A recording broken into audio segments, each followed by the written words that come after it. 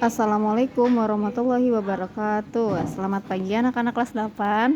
Bagaimana kabarnya hari ini? Hari ini kalian belajar bahasa Indonesia bersama Ibu Amel. Kita sudah masuk ke bab 1, yaitu tentang berita seputar Indonesia.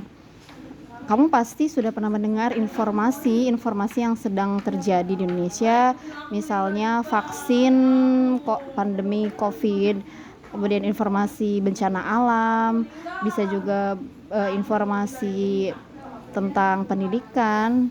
Kalau kita sudah pernah mendengar informasi yang sedang terjadi, yang aktual di dunia pada saat ini, berarti kita sudah mendengarkan yang namanya berita. Kemudian apa sih yang dimaksud dengan teks berita?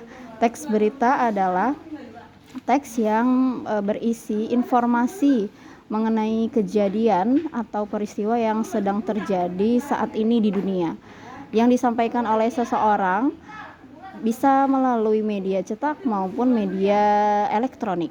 Contoh dari media cetak adalah koran dan majalah. Contoh dari media elektronik yaitu internet atau TV ataupun radio. Nah, seseorang yang menyampaikan berita itu harus sesuai dengan kenyataan, fakta, dan aktual. Bagaimana cara menyampaikan berita secara fakta itu bisa dimulai dengan mengetahui unsur-unsur berita. Unsur-unsur berita itu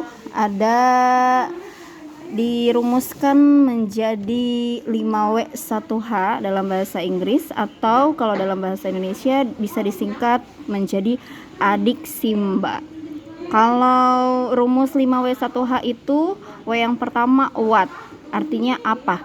Apa sih kejadian yang terjadi saat ini? Apa peristiwa yang terjadi saat ini?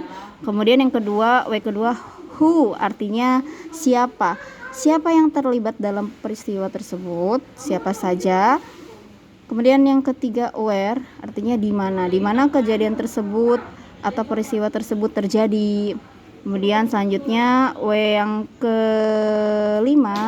keempat maksudnya when, artinya kapan peristiwa tersebut terjadi. Kemudian 5W terakhir why, mengapa kejadian itu bisa terjadi gitu. Dan terakhir 1H how, bagaimana cara atau bagaimana bisa peristiwa tersebut terjadi. Kalau disingkat menjadi adik Simba, A itu apa, D itu di mana, K itu kapan, C itu siapa, M itu mengapa, B bagaimana gitu.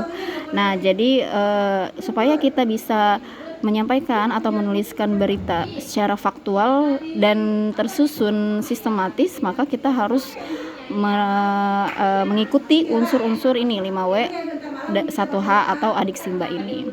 Begitu. Hari ini kita cukup mempelajari ini dulu ya. Nanti tugasnya terpisah, akan Ibu kirim di WA. Mudah-mudahan bisa dipahami. Wassalamualaikum warahmatullahi wabarakatuh.